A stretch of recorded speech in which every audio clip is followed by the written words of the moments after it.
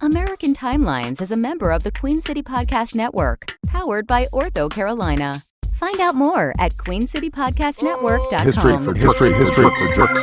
Samantha, that's a hickey.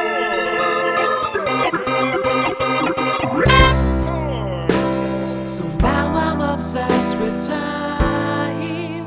Come on, tell me about the time. Had it all in my hand tonight. Had the time of my life. When the words all come down like blues on Tuesdays.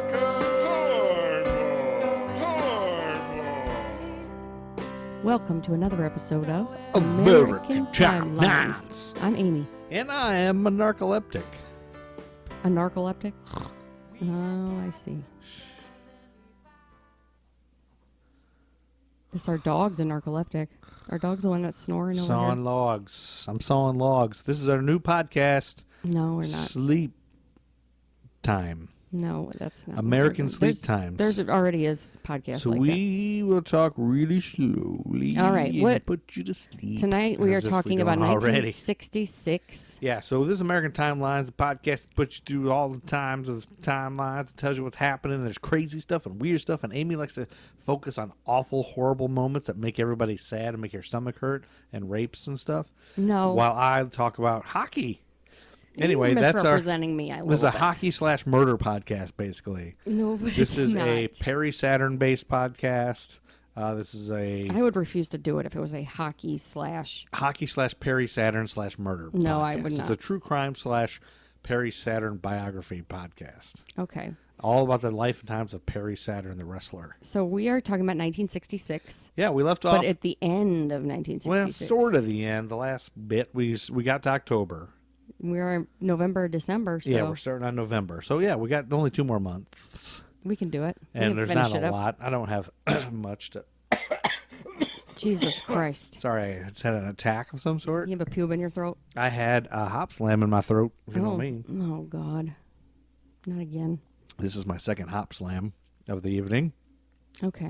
So it should get interesting, if you know what I mean. These are 10% beers, so I cannot be held accountable for anything I say or do on this podcast. That's kind of normal. That is legal. I've been told by my lawyer to say that on every podcast. Mm-hmm. I can't be held responsible for anything that happens on this podcast. I can't be sued for copyright infringement because I said that, and I'm drinking hop slam. So that That's absolves me of all wrongdoing. Does it absolve me by effect from absolving you, or? The History for Jerks has no responsibility. If anybody listens to our podcast and is inclined to do something horrible, it's not our fault. Okay. All right. So let's start. November 2nd, Mm-hmm. 1966. I understand you have something right up top. Oh, yes. And that's sorry. Oh. That's right where we're starting, because that is the day. November 2nd, 1966 is the same day that the great David Schwimmer was born. And while David Schwimmer was born, something unusual happened, right? Well, you have to tell us? I'm going to talk about serial killer William Archard. Serial killer William Archard. So we're going to jump right into the beginning with some murdering. If you didn't Yes. get enough murder last episode, more murder for you. That's right. Some of you like murders. So he was born in 1912. Oh, boy, that's a long time ago. Yes. And he had always wanted to be a doctor, but he didn't have this opportunity. So he spent some time He instead. didn't have this opportunity? He didn't have the opportunity to become a that doctor. opportunity. So he spent some time during the early 1940s working as an orderly in a state mental hospital. Now, would he be classified as a disorderly or an orderly? I'm pretty sure he was just an orderly. Because a disorderly would be if he was a fat boy. Right. He wasn't.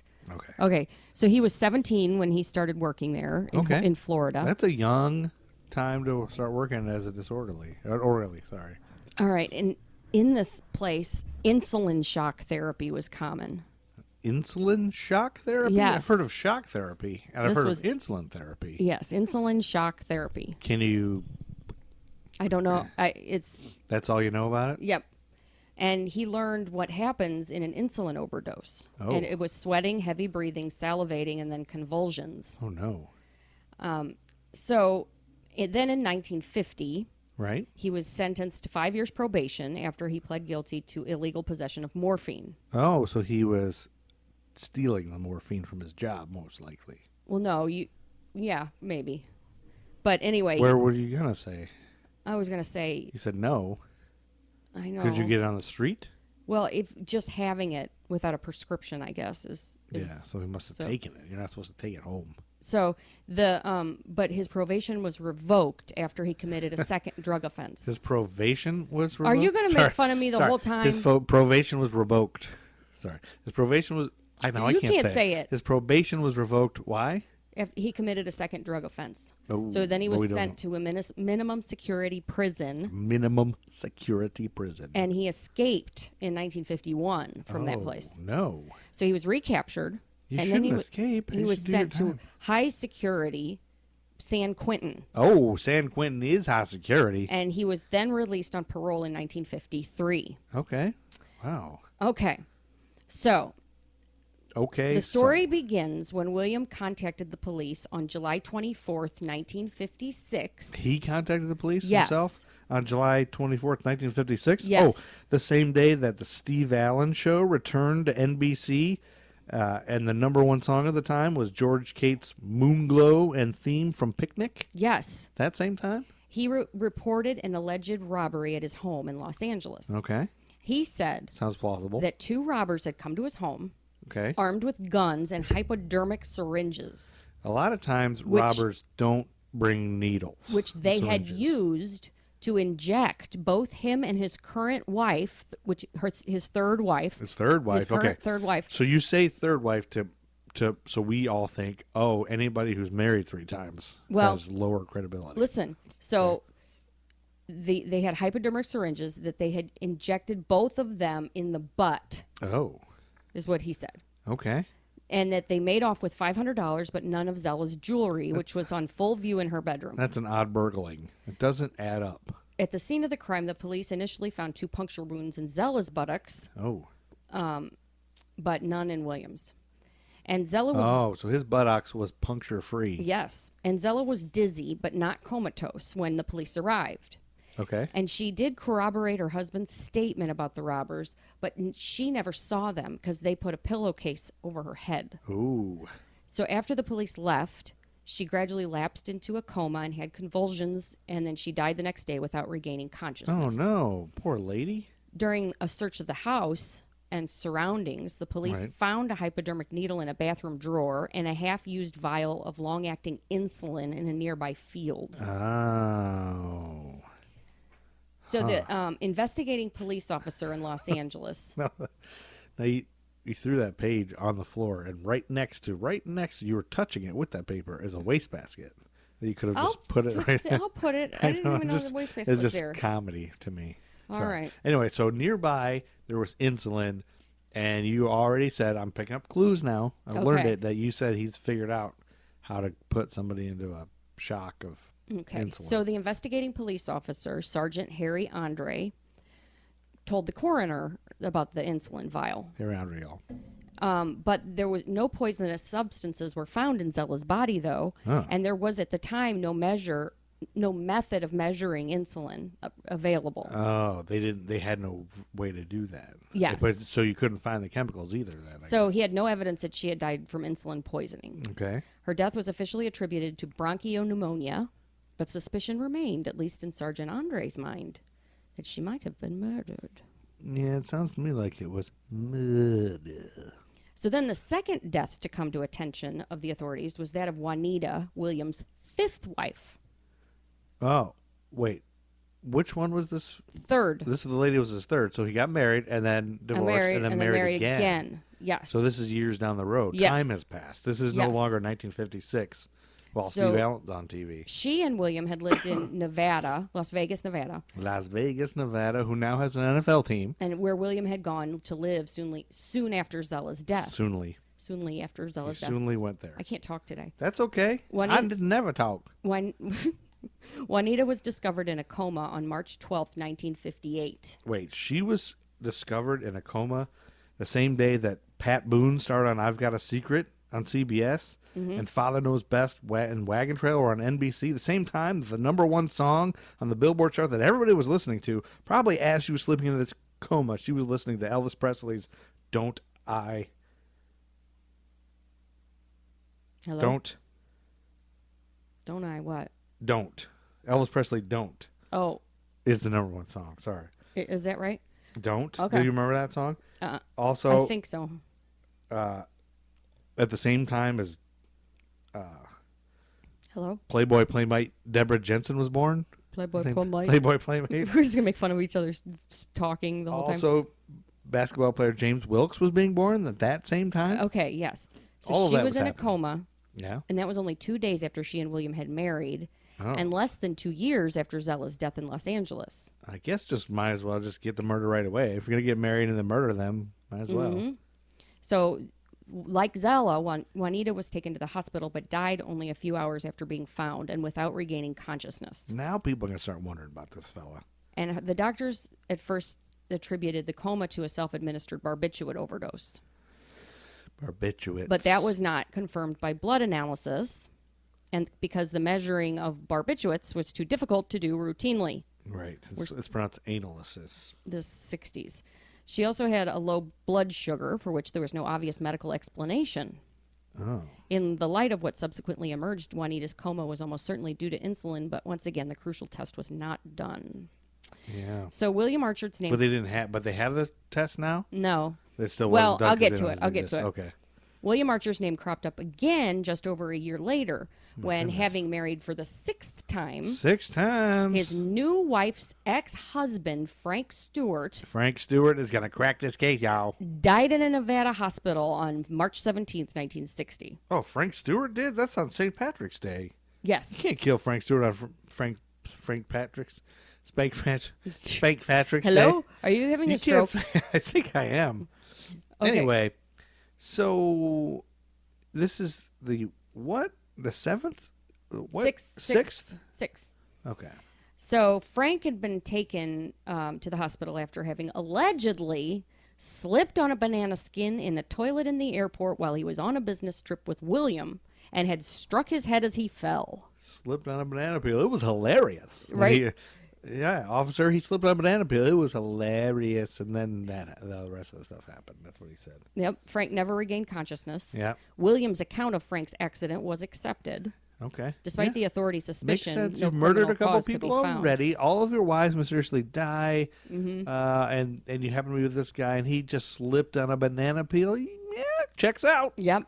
Checks out. So because both Juanita and Frank's deaths had occurred in another state and were outside Sergeant Andre's jurisdiction, there was little he could do about them. Yes. But he reported his suspicions about William to the Nevada police authorities. But so he did know about them. Yeah. He just couldn't do anything. Right. But despite the strong circumstantial evidence pointing to wrongdoing, they were unable to find sufficient evidence to implicate William in Frank's death. Yeah, sometimes you can't find evidence. So once again, as no one had measured Frank's blood glucose level while he was unconscious, the authorities never considered the possibility of insulin overdose. Yeah, it's not something you would think about. I don't No. think. I don't think it's not. Nobody would think that's a routine. murder thing. William's his name next came to Sergeant Andre's attention a year and a half later Uh-oh. when he read a newspaper account of Bernie Kirk Archard, William's nephew, who died following a hit-and-run accident in Nevada. Oh, boy. William had taken his nephew to the hospital on August 21st, 1961, in a semi-comatose state. Wait, he took his nephew to the hospital in a semi-comatose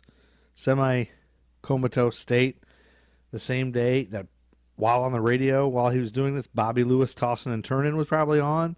Mm-hmm. Also, when Francisco Goya's 1812 portrait of the Duke of Wellington was stolen from the National Gallery in London by thieves who had hidden inside the museum before it closed and waited for the alarm system to be turned off.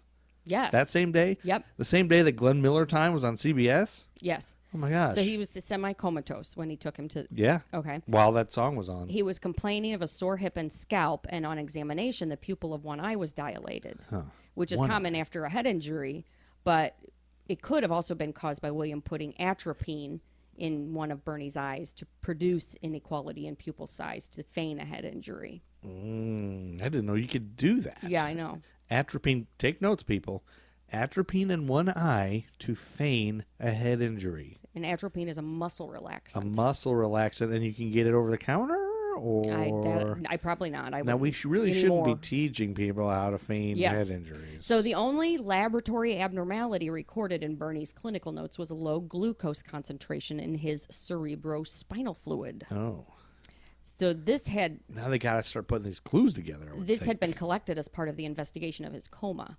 The pathologist who conducted Bernie's autopsy was aware of Kenneth Bartlow case and later said that he had considered the possibility that Bernie's coma was due to insulin, but he had no means of proving it since any insulin would long since have gone. Bernie's death was put down to the car accident that had brought him into the hospital. So they think he died in a car accident. Okay. Now, Sergeant Andre then gave Williams' record to Sergeant White of Los Angeles Homicide Squad. Okay. Sergeant White had been charged with investigating fatal road accidents in a large area surrounding the city, Yeah. and his involvement in this case played a crucial role in unraveling the story. Okay. He became further involved after he had investigated and disproved a fraudulent claim by William for damages following a road accident he said he had been involved with, but which had been deliberately staged by him in collusion with others, including his then current wife, Stella Morin. Well, now, which wife is that?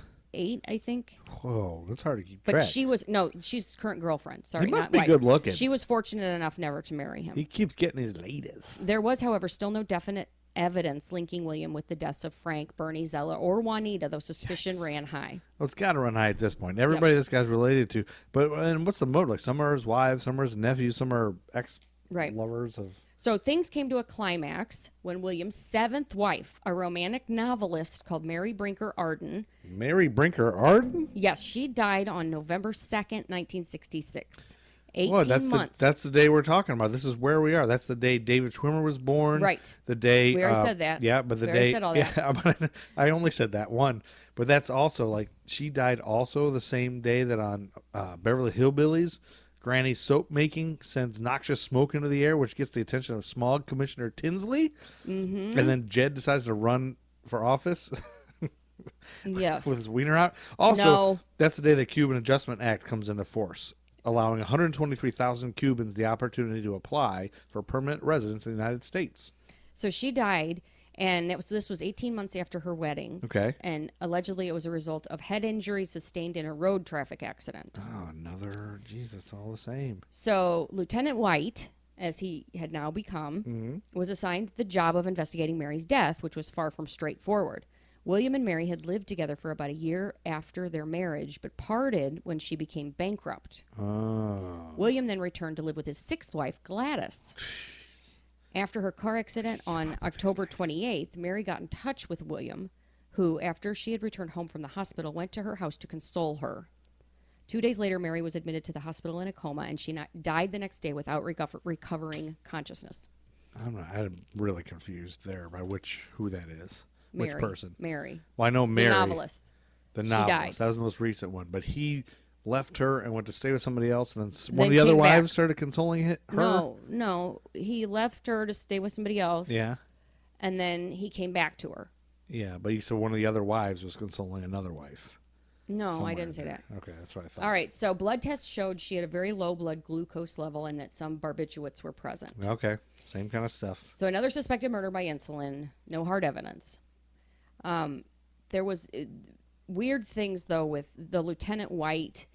He did not appear to have known that 6 years earlier in 1960, a new test method had been invented to measure insulin Right. in the blood. He was not aware of this. And it was called radio immunoassay, I think. Something like that. That doesn't So- sound right, but I'll go with you. Anyway, let me figure out. So Lieutenant White established contact with Dr. Edward Archila, who was the professor of pathology at the University of California, Los Angeles Medical Center. Okay. By coincidence, Dr. Archila had himself invented a technique for measuring insulin in the blood and tissues using antibodies.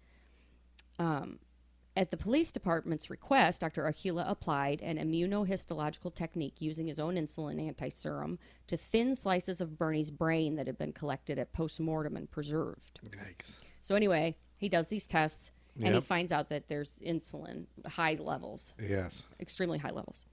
So, although Archer was not specifically charged with the offenses, the court allowed evidence to be heard to show common plan or scheme that William had used insulin to murder Juanita, his fifth wife, the ex-husband, Frank Stewart, of his sixth wife, and a friend, William Jones. This is a serial killer, right? Yes. So this decision was made after Dorothea, who was a nurse and still alive, had told the police about the death of William Jones. Jones, this is another person that he killed, Yeah. had been involved in a money-making scam with William. Oh. And William killed him by an insulin injection in 1947. Oh, way back. Jones had apparently agreed to let William inject him with insulin as a cover-up for some of their illegal activities, which involved faking unconsciousness due to a head injury that was supposedly caused by a motoring accident. What? Not knowing or appreciating the consequences of what he was doing. Sure, yeah. He had no idea he was going to die. Right. He thought it would just cover it, yeah. Huh. So, Whoa, messed up, man. Psychologists testified Yeah. at the trial and thought maybe he had schizophrenia. He had waived his right to trial by jury. He was found guilty by the presiding judge on 3 counts of first-degree murder for the deaths of Zella, Bernie, and Mary. On March 6, 1968, he was sentenced to death in the gas chamber of San Quentin State Prison. Later, in 1970, the California State Supreme Court confirmed the conviction. And they also, so then death penalties gets thrown out. Then he gets on life, and then the death penalty comes back, and then he goes back, but then he died anyways at the age of 65 from a heart attack. Did you say Wednesday, March 6th, 1968? Yeah, I did. Oh, the same day that, that 26 passengers on a bus in North Sumatra in Indonesia were killed and 25 more injured when the bus's brakes failed and sent the vehicle into the path of an oncoming train? Jeez, that's morbid, honey. Yeah, and the same and the same day that the 84th and final episode of Lost in Space Yes. was on? Yes. Oh. So, anyway, William appears to have been motivated by greed throughout his criminal career. Greed is the motivation. Zella had So been he's getting- comparatively well off when he married her. Okay, that's and he stood money. to gain from her death. Yeah. Juanita left an estate worth $40,000, but Okay. unbeknownst to William, she had altered her will shortly before she died, so he got Okay. none of it anyway. And Mary was a successful author in her own right, and as her next of kin, William stood to inherit her estate, Yeah. despite her bankruptcy, whatever Yeah, that was going to be. She's the one he says bankrupt. Okay. William's nephew Bernie had been awarded $8,000 in compensation for the death of his father, and William had been named as trustee. Oh, we got to get that money. Yes. After Bernie's death, none of that money could be accounted for. And Frank Stewart had taken out $80,000 worth of accident insurance payable to William's aged mother and his former wife Gladys in the event of his death whilst on his business trip with William. Oh. So the insurance company refused to pay out that policy. They were smart. Yep. They weren't convinced the death was an accident. So once again, William left the scene empty-handed. And that is the story of William Archer. And then I got most of this from the Journal of the Royal Society of Medicine. Really? Yep. You just were perusing it, and that's what you And came up with came that? up with that. You just were reading that Came up journal? with that little tidbit. Wow. That's a lot of stuff. And then Saturday, November 5th, 1966, the Monkees' Last Train to Clarksville takes over the number 1 spot. And then Tuesday, November 8th, 1966, former Massachusetts Attorney General Edward Brooke becomes the first African-American elected to the United States Senate since Woohoo. Reconstruction. Yes, that's awesome. And then, so that's, I don't know if you've ever heard of him, former Attorney General think so. Edward Brooke. In September 2002, he was diagnosed with breast cancer, Oh, a man, and assumed a national role in raising awareness of the disease among men. wow. On June I 23rd, didn't think men had breasts. yeah, no, they have breast cancer. I mean, they have, yeah, they're just not filled with. I thought they just had. No, men can get breast cancer. Oh, I didn't know. And then on June 23rd, 2004, President George W. Bush awarded Brooke the Presidential Medal of Freedom. And now to be joined by Rush Limbaugh. Oh my The God. same award that Rush Limbaugh Did you holds. see that? Did you see that cartoon where like Mother Teresa and Martin Luther King and they're all chucking their Presidential Medal of Freedom in a box in No. heaven? Like they're all pissed and Yeah. chucking them in there because it doesn't mean shit anymore. That same year, he received the Jeremy Nicholson Negro Achievement Award, acknowledging his outstanding contributions to the African American community, which also Rush Limbaugh has won. Oh, no. No, he's never. No. I'm just No. kidding. And then 2 days after his 90th birthday, Brooke was presented with a Congressional Gold Medal on October 28, 2009. And on January 3rd, 2015, Brooke died at his home in Coral Gables, Florida at the age of 95. He was murdered. No, he was not murdered. He was not murdered. He was murdered He was by 95. death. He was buried at the Arlington National Cemetery. And then on that same day that he became the first African-American elected to the United States Senate, actor Ronald Reagan, a Republican, is elected governor of California. Yep. The election was a contest between incumbent Governor Pat Brown, the Democratic candidate, and actor Ronald Reagan. Pat Brown had been relatively popular as a Democrat in, at that time, a Republican-leaning state. Wasn't Reagan a Democrat at first? No, I don't think so. Oh. Brown's popularity began to sag amidst the civil disorders of the Watts riots and the early anti-Vietnam War demonstrations at UC Berkeley. Did we listen to those recordings of Reagan talking about? Yeah, we listened a little bit. It was a spoken word album. Yeah, yeah, that's right. It was about like Awful. fear mongering Yep, and it's the stuff. same thing. Yep. Same shit, different day. Anyway, Pat Brown's decision to seek a third term as governor after promising that he would not do that hurt his popularity and helped Reagan Okay. win. That brings us to Wednesday, November 9th, 1966, where Amy has a second story. Yes. Thanks to Brent Nelson's complaining. I do. It's a shorty. Okay. It was the day that Paul McCartney died. Wait a minute. Paul McCartney's not dead. Well, he died Is he? in 1966 and was replaced by a look-alike. Ooh. Wait, are you saying that Wednesday, November 9th, 1966, Paul McCartney died? Mm-hmm. The same day that John Lennon of the Beatles first met Yoko Ono? Yes. He met her on this day at the Indica Gallery in London, Oh. where her work was being featured in an exhibit sponsored by the dealer Robert Groovy Bob Fraser. Within 2 years, Lennon would divorce his wife of 6 years, Cynthia, and would marry Ono. That's right. So the same day, you're saying Yeah. that he met Yoko, Yeah. Paul McCartney died. How did he die? Well, it all began on October 12th, 1969. Oh, wait, it started 3 years later? Yes. Oh, wait, how did he die 3 years later? Oh, you mean October 12th, 1969, when the Bill Cosby Show was on? Or he played Chet Kincaid, a gym teacher at an inner city Los Angeles high school? Did you say the Bill Cosby Show? It was a Bill Cosby Show where he played a guy named Chet Oh, jeez. Kincaid, And then he a raped gym women? teacher. Yeah, and he was raping women. And you can get it on Amazon Prime right now. I thought they got rid of. I thought he was canceled. Yeah. It's But still no, on there? there's an old show from the late 60s with Bill Cosby called The Bill Cosby Show where he plays a gym teacher. Ugh. I started watching it, and it starts out with a joke where he's pretending his feet are talking to him while he's jogging and complaining about doing all the work. Man.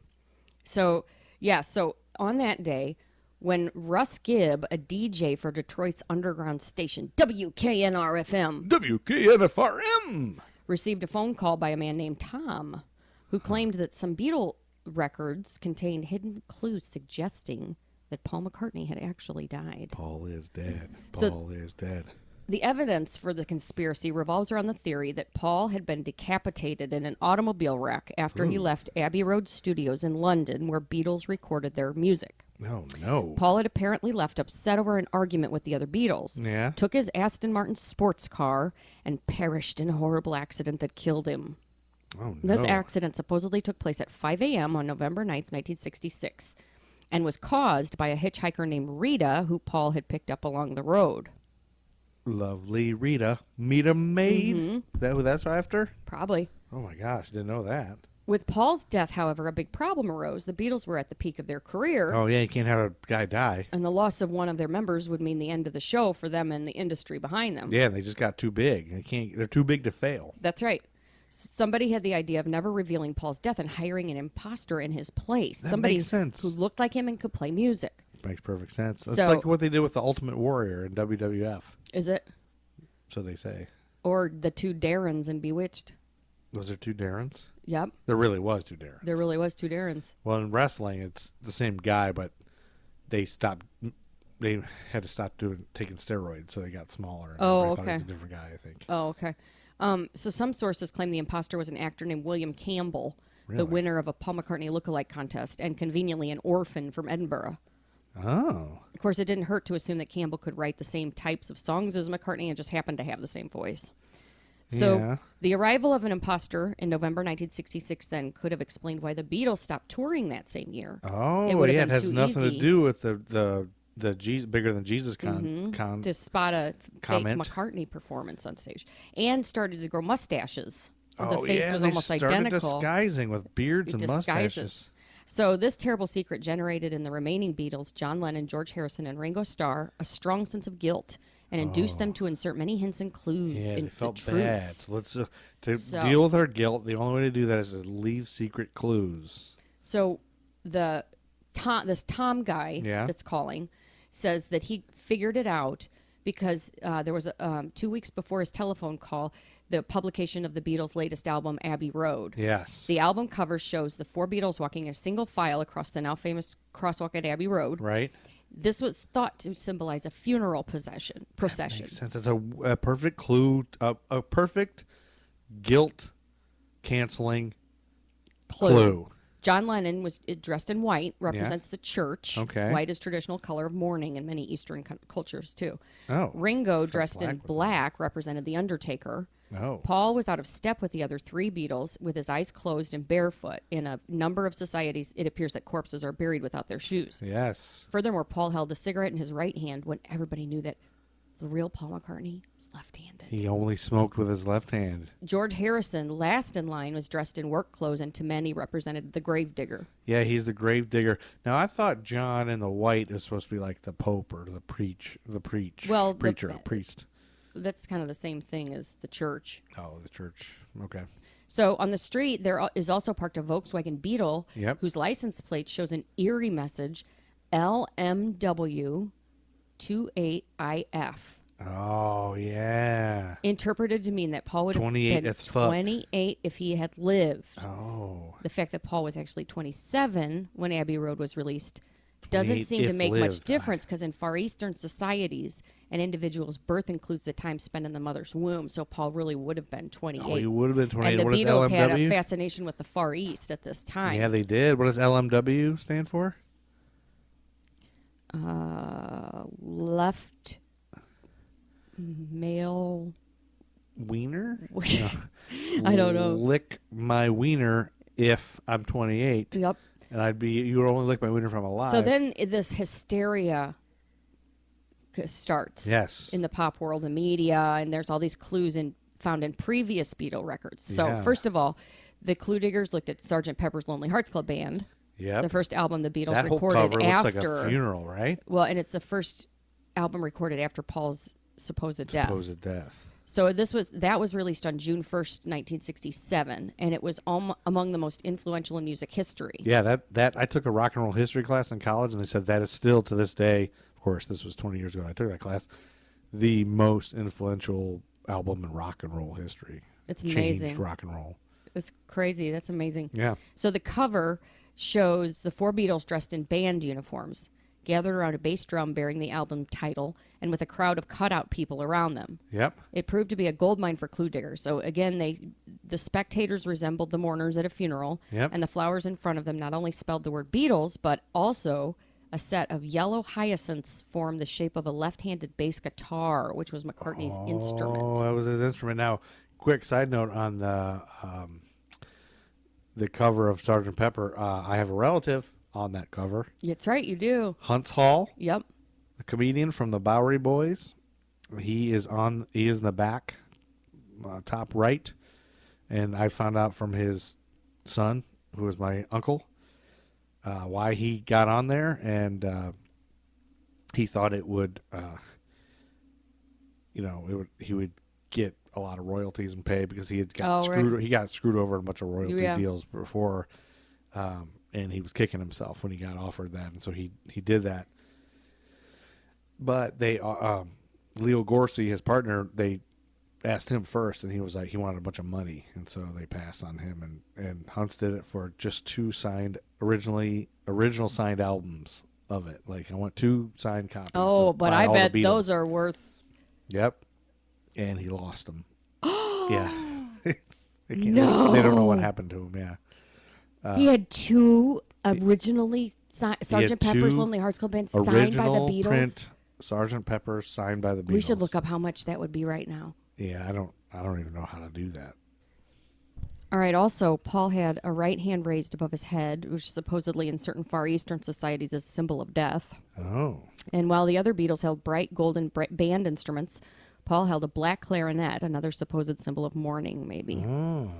A doll wore a striped Welcome to the Rolling Stones sweatshirt. On her leg, there is a small model car strongly resembling an Aston Martin that seemed to be heading toward the word Stones, perhaps a hint of the accident. Oh. If you then, and this is where it starts to get a little ridiculous, if you then held a flat mirror perpendicular to the center of the words Lonely Hearts appearing on the bass drum, a hidden message appeared, which is a direct reference to the supposed fatal crash that day. Really?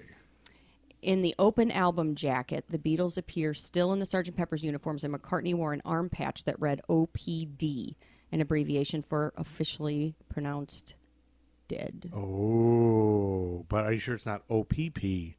A Right. preview of Naughty by Nature's song. It could be. This was also the first album in history that included the lyrics to the songs appearing in the record, and they were published on the back cover, along with a picture of the four Beatles in their outfits.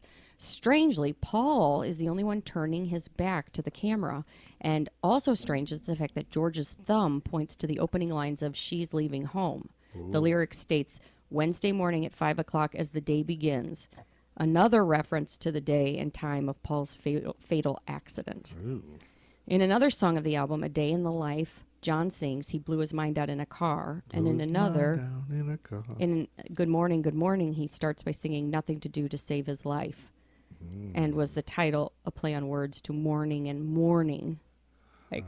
And what about Lovely Rita? Was that in reference to the girl that caused his death? Could be, since it McCartney sings, took her home and nearly made it. More clues were also found in subsequent albums. The Magical Mystery Tour cover showed the Beatles dressed in animal costumes. In the center was a black walrus, and in certain Scandinavian countries, a walrus is considered a harbinger of death. Ooh. Was the imposter dressed in the walrus skin? Apparently not, for John Lennon sings in the album of the song titled I Am the Walrus. Here's another clue for y'all. The walrus, is it Paul. was Paul. Yeah. So in a later Beatles release, which was titled simply The Beatles, but it became known as the White Album, Yeah. in a song titled Glass Onion, Lennon sings, well, here's another clue for you all, the walrus was Paul. Yeah. On the booklet included the Magical Mystery Tour, the clues abound. Paul is shoeless in some pictures, is the only one to wear a black flower on his lapel while the others are red, Yeah. has a hand above his head in various pictures, and even sits behind a sign stating, I was.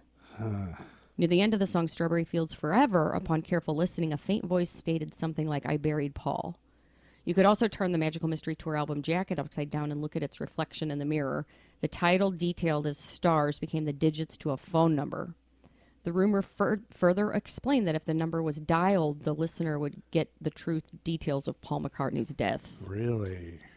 On the White Album, if you listen to a strange murmuring following the song I'm So Tired, Yeah. you couldn't make out what it said, but if you play the record backwards, the words became something like, Paul is dead now, miss him, miss him, miss him. Paul is dead, miss him. Yeah, I've heard that. It's a shame they don't have the technology yet to play. Maybe Back they do. masks Play stuff. like MP3s backwards. Can you? I don't know. Maybe you can. Nothing compared to the chilling revelations in Number 9. Number 9. That's a great song. When if you reverse that song, you can hear a voice saying, Turn me on, dead man, and then the sound of a terrible collision, the sound of crackling flames, and a voice screaming, let me out, let me out. That's Paul. Creepy. That's creepy. You can listen to that on YouTube, too. Yeah. If you search on YouTube that Paul McCartney is dead, you hear all this. You can be able to hear all And so this. it seems unimaginable that the American public would believe such a rumor, but you got to remember, this is the same generation that was JFK's assassination, and they all had also a lot of conspiracy theories. The Warren Commission hiding it and everything like that. And so the rumors became so noisy that Paul McCartney himself had to reassure his fans that he was still alive. In an exclusive interview with Life magazine, which was on November 7th, 1969, he stated, paraphrasing Mark Twain, that rumors of my death have been greatly exaggerated. However, if I was dead, I'm sure I'd be the last to know. He also offered a number of explanations for the mysterious clues. This is what he said. The OPD patch he wore on Sgt. Pepper's actually meant Ontario Police Department. He wore a black flower in Magical Mystery Tour because they had run out of red ones. It was John wearing the walrus outfit, and on Abbey Road, he was barefoot only because it was a hot day. Other clues had similar simple explanations. John did not say, "I bury Paul" at the end of Strawberry Fields, but as can be clearly heard now on a clearer take in the song on Anthology 3, he says cranberry sauce. Cranberry sauce, yeah. However, while it is true that most clues can be easily attributed to coincidence and wishful thinking, there are little things that must have been put there by the Beatles for some purpose, like the various walrus claims, the backward messages, and some other hints in the album covers. It may just be, as John Lennon said, that they only wanted to have a laugh at the expense of those critics reading cryptic messages and everything they did. Yeah, they probably just wanted to screw with people after a while. But what is sadly true is the fact that Charles Manson and his family also believed there were hidden messages in the Beatles songs, and they thought it was about Armageddon. And we'll talk about them more in 1969. According to R. Gary Patterson, author of the well-researched The Walrus Was Paul, perhaps the Beatles became concerned that if they admitted to planting clues, they could very well be charged in some sort of conspiracy that would indirectly link them to the Manson murders. Perhaps it would be much safer to give up the hoax and deny it ever happened. This way, the Beatles would be safe from any lawsuit implicating the band members. So if they... Does that make sense? I guess. So, in a lighter vein, however, the rumor also helped to further boost the sale of the Beatles catalog and inspired a lot of cartoons and comedy skits like the ones it presented on The Ed Sullivan Show on February 23rd, 1970. And it had two angels in heaven. And one of the first angel says, "Is there any truth to the rumor that Paul McCartney is still alive?" And the second angel says, "I doubt it. Where do you think we got those groovy harp arrangements?" And I got this article was from Skeptical Inquirer magazine. Now, I was looking at, I think, the Beatles Bible. And the only thing I think you missed was they were saying that this new guy that replaced Paul was Billy Shears. Oh, from the song. Like, that was his original name. That's why they say, "The lovely, welcome, Billy Shears." And then extreme theorists have pointed to discrepancies in older photos of Paul and more recent photos, claiming that details like chin shape and the placement of his ears are dead giveaways. That they're it's different. What if it's true? Could you imagine? Like, just for a second, think to yourself that really is true, that we found out that really was true.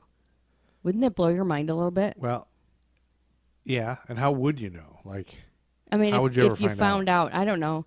If somebody, if Paul admitted it, like right towards the end. Yeah, if he was dying or something. I'm actually Billy Shears, and they're what Paul McCartney actually died years ago. Wouldn't that be crazy? Honey, that would be crazy. It would be exciting, but the good thing is none of it matters because we're all just living in the Matrix. Yeah, we're all going to die soon anyway. We're all going to die.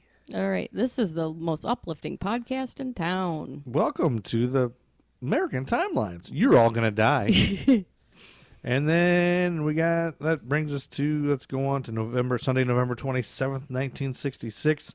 The Washington Redskins defeat the New York Giants 72-41 in the highest scoring game in National Football League history. Okay. That's right. And the Redskins even kicked a field goal with 7 seconds left in the game, even though they were winning by 69. They were leading by 28 points. Jeez, that's kind of rubbing salt in a wound. Yeah, the Giants could have run out the clock in their previous possession, but quarterback Tom Kennedy threw the ball out of bounds on 4th down, thinking it was only 3rd down. With Redskins fans, the Giants quarterback was becoming the most popular candidate to hit Washington in the last couple of years. Cut that last sentence. After the game, reporters asked the coach of the Redskins about his decision to kick the field goal. I cut out his first name, Graham. Mm-hmm. What were you trying to break the single game scoring record of 70 points set by the Rams against Baltimore 16 years earlier? Hell no, Graham said. I didn't know anything about records. I wanted Gogolak to try a field goal. He hasn't had a chance all day, and he had missed 2 field goals against Cleveland last week. I'm not trying to run up the score on anybody. He just needs to practice his goddamn field goals. So that's all he said. Anyway. And then on Monday, November 28th, 1966. This was Truman Capote's famous black and white ball. Oh, I don't Have you know ever about heard that. of this? Mm-mm. So I looked at this whole article, and I'm not going to go through much of it, but Yeah. because it was just Ridiculous. dumb. It was Truman Capote held the party of the century, held in New York City. It's a really, really famous party, and you Yeah. can see pictures of it online and everywhere. It was in honor of the Washington Post publisher Katharine Graham. And this was a drizzly night in November of 1966. 540 of Truman Capote's nearest and dearest friends turned out on what the writer insisted on calling his little masked ball for Kay Graham and all my friends. The evening survives on film in the recollections of the guests who are still alive 50 years later. It was a party of a kind we are unlikely to see again, given that it allowed for a then unheard of, but now more common, coming together of disparate social spheres. So it was sort of like the regular people and the super celebrities and the writing world and the All film together. world and everything all in one place. You would never see a party like with Andy Warhol and somebody like Babe Paley, who was she? Oh, the wife of William Paley, who built the CBS network. Oh, okay. So before the black and white ball, no one had ever imagined or could ever attend a formal party with a guest list so widely Catholic that it brought into one room the poet Marianne Moore and Frank Sinatra and Gloria Vanderbilt and Lionel Trilling, Linda Bird Johnson and the Maharani of Jaipur, the Italian princess Luciana Pinatelli, and the documentary filmmaker Albert Maysles. Wow. Anyway, all kinds of people were there. And so I went through reading it. Harry Belafonte, Ralph and Fanny Ellison, whoever that is. And so the more I read through this whole thing, it was just saying how nowadays people like Jay-Z and these guys are doing, or Puffy did one a few years back with Donald Trump invited and things like that. Anyway, it was a big, huge deal. The more I read through it, the more bored I got. This is about a big fancy party at Truman Capote. But it was right after he got the success of his murder book. In Cold Blood. In Cold Blood. Yeah. And so he became a superstar, but he knew a lot of people from before he was super famous. So he invited all of them. So it was all this big, huge soiree. And if you look online, it was like the biggest elite of the elite parties in the world. Yeah, that's pretty cool. That happened in 1966. So if you look up those pictures online. Are they crazy? Yeah, and actually I guess that party ended up being the inspiration for the Breakfast at Tiffany's. Oh. The book and the movie and everything. So if you look at that movie, you can look at Breakfast at Tiffany's trailer and just see the big giant party, and that's kind of what it was. Okay. And I think the other thing that was really different about Truman Capote is that he was out of the closet in 1966, like which this is open, famous gay guy. And then Thursday, December 1st, 1966, while visiting residents of East Moss Point, Mississippi, to invite them to his church, Reverend Dennis McDonald encountered a Mrs. Pendergrass sunbathing nude in her yard and subsequently reported her to the police, who fined her $50. However, Mrs. Pendergrass appealed the fine, and the court ruled in her favor, noting that she was on her own property, not visible to the public. The judges also questioned why, if the minister was so disturbed by Mrs. Pendergrass's state of undress, he nevertheless remained at her house for 45 minutes. There's a court case you can look at. That's funny. On casemind.com. That's pretty good. Yep. And then on Tuesday, December 6th, we're rounding up, 1966, Fred Armisen is born. You asshole. You know who Fred Armisen is? Yes, I know who Fred Armisen is. Oh. And on Monday, December 12th, 1966, the fourth highest grossing film is released, A Man for All Seasons. Are you familiar? I've heard of it, but I've never seen it. Produced by Fred Zinnemann, the story of Sir Thomas More, who stood up to King Henry VIII when the king rejected the Roman Catholic Church to obtain a divorce and remarry. That's right. Written by Robert Bolt, starring Paul Schofield, Wendy Hiller, and Robert Shaw. Vanessa Redgrave refused to be paid for her cameo role as Anne Boleyn. According to Orson Welles, he had Fred Zinnemann removed from the set and directed his scenes himself. Oh, boom. The trial and execution scenes are based very closely on an eyewitness account published anonymously in the Paris newsletter of August 4th, 1535. Wow. How cool is that? That is cool.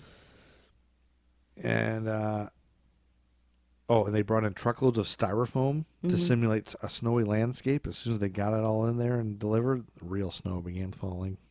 And then on Thursday, December 15th, 1966, Walt Disney dies while producing The Jungle Book, the last animated feature under his personal supervision. Mm-hmm. Did you find out if he's cryogenically frozen? I did find out. Disney had been a heavy smoker since World War I. Mm-hmm. He did not use cigarettes with filters, and he had smoked a pipe as a young man. In November of 66, he was diagnosed with lung cancer and was treated with cobalt therapy. Oh, God. What is that even? It's like an early form of Radiation? chemotherapy, Yeah. I think. Or Okay. radiation, one of the two. Yeah, it's an early form of whatever. On November 30th, he felt unwell, was taken to St. Joseph Hospital, where on December 15th, 10 days later, after his 65th birthday, he died of circulatory collapse caused by lung cancer. His remains were cremated 2 days later, and his ashes interred at the Forest Lawn Memorial Park in Glendale, California. He was not cryogenically frozen. That is a myth. Ah, urban legend. The release of The Jungle Book and The Happiest Millionaire in 1967 raised the total number of feature films that Disney had been involved to 81. And then Wow. he was also had been working on Winnie the Pooh and the Blustery Day. I And that love was released Winnie in the Pooh. 68. It earned Disney an Academy Award in the short subject cartoon category, and it was awarded to him posthumously. He was an anti-Semite. He was? Yeah. Oh. Yeah, that's he a was shame. terrible anti-Semite. That's awful. You know. Well, after his death, his studios continued to produce live-action films prolifically, but largely abandoned animation until the late 1980s, after which there was what the New York Times describes as the Disney Renaissance. That began with The Little Mermaid, and then Disney kept doing a lot more of those. Disney's plans for the futuristic city of Epcot did not come to fruition. It was supposed to be a whole city. Oh, that would have been wild. After Disney's death, his brother Roy deferred his retirement to take control of the Disney companies, and he changed the focus of the project from a town to an attraction. At the inauguration in 1971, Roy dedicated Walt Disney World to his brother. Can you imagine being a Disney? Oh, what's your last name? Disney. Well, while Walt Disney wasn't frozen, James Bedford became the first human to be cryogenically preserved on January 12th of 1967. Oh, wow. That early. Yep. And then we're rounding out the year, Sunday, December 18th, 1966. How the Grinch Stole Christmas, Oh, I love it. narrated Boris by Boris Karloff. Karloff, is shown for the first time on CBS, becoming an annual Christmas tradition. Did you know that Thurl Ravenscroft, who sang the song, is best known as the voice of Tony the Tiger in numerous Frosted Flakes TV commercials? Oh, that makes sense. Thurl was picked to sing these songs because his voice was like an extremely deep bass or baritone voice. I love his Yep. voice in that.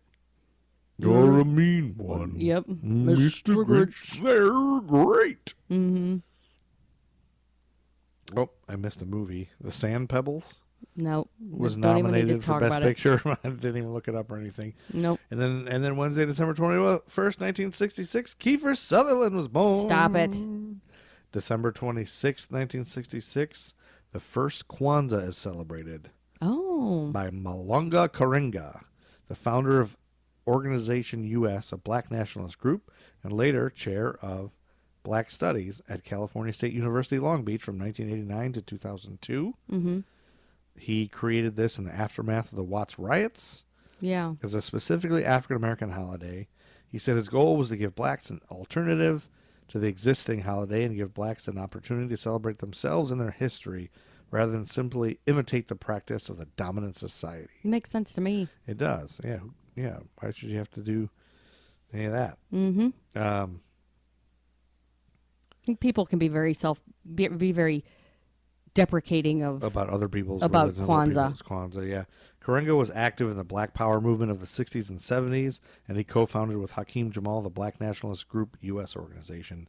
He was born in Parsonsburg, Maryland, to an African-American family, and he studied at L.A. City College and the University of California. During his student years, he involved himself in activism and joined the Congress of Racial Equality. Through his activism, he became involved in violent clashes with the Black Panther Party. In 1971, he was convicted of felonious assault and false imprisonment. He was imprisoned in the California Men's Colony until he received parole in 1975. He received his Ph.D. shortly afterward and began a career in academia. And that rounds out the year. Sweet. Except for Saturday, December 31st, 1966, the Monkees take over the number one spot with I'm a Believer. Oh, I was going to say that.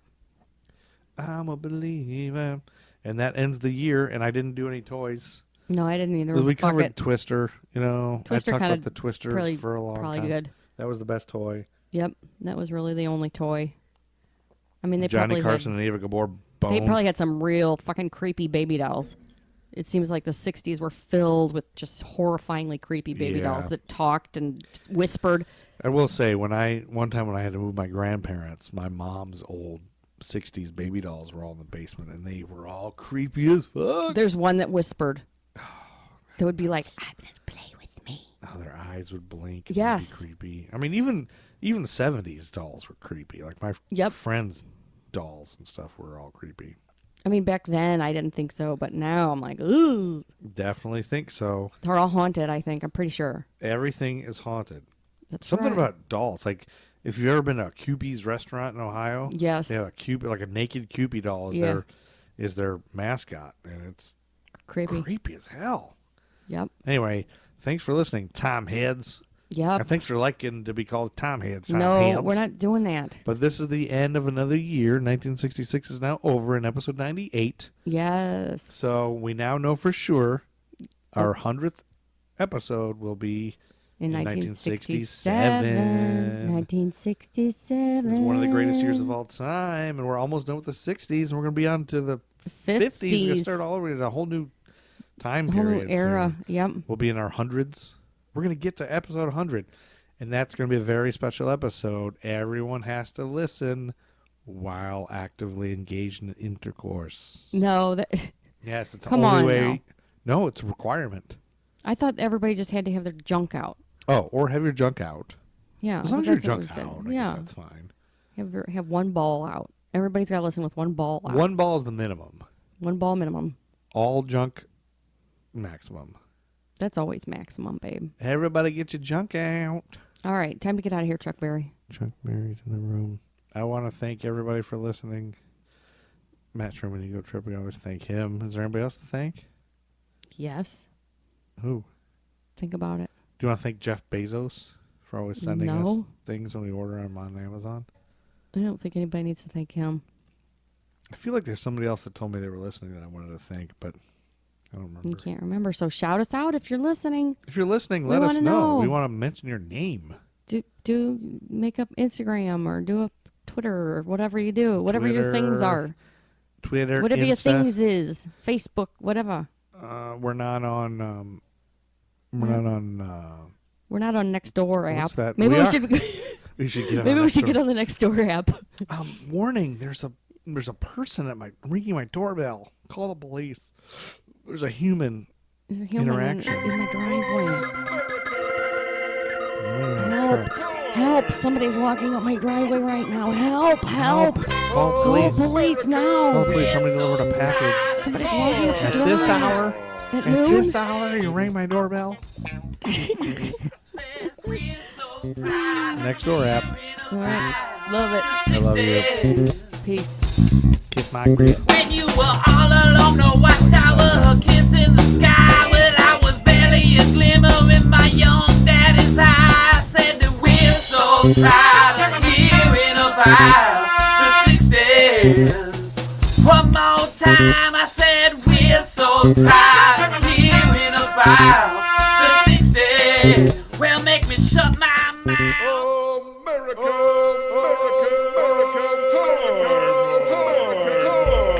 American Timelines is a member member of the Queen City Podcast Network, powered by Ortho Carolina. Find out more at queencitypodcastnetwork.com. Samantha, that's a hickey.